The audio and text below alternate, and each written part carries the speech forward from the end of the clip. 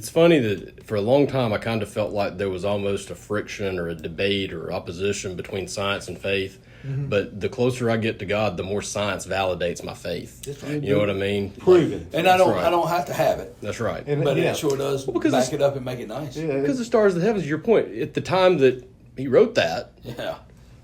2000, What stars did we know? okay. I mean, you can count the stars, not that big a deal. Knowing what we know now, I mean, I was thinking about this the other night. I was up at Mom and Dad's, and I was looking up at the stars. I love being up there. It's so dark and Yeah. so Yeah, oh, rural. yeah. So you can see stars like you don't see around here. That's right. But I could look up at the stars and count all these stars, and then I could also look down at all these blades of grass that I was sitting on. And from every single star up there to every blade of grass down here, he's in control of every single bit he of knows it.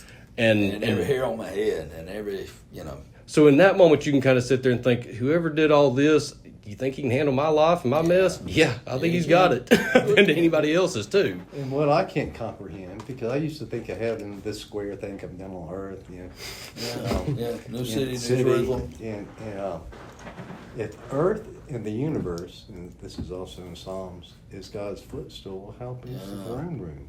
How big? And our universe don't end, so how big's the throne room? I just don't, it's beyond my imagination. I can't comprehend it. Yep. And then you bring in Psalm 8 with that how majestic you are, and what is man that you are mindful of him. And it blows me away that, hey, he's even mindful of me. And that he loves me and he sent his son to die for me tells me that, yeah, even in the darkest of darks, this big old God that we have and this amazing God who spoke it all into being is actually on your side and is for you, not against you. And yes, even the most difficult things, he's going to work together for good if you trust him. And I think that you mentioned what about somebody in the jungle or wherever that doesn't have access to the gospel? I mean, I know that nowadays there's not a whole lot of people who don't have access, and I've heard the numbers on that. But I'll be honest with you, the more I think on this stuff and pray on this stuff, it goes back to when I watched his only son a while back, and I was looking at just the contrast of how simple their lives were depicted in a movie, but just how quiet things were and how peaceful.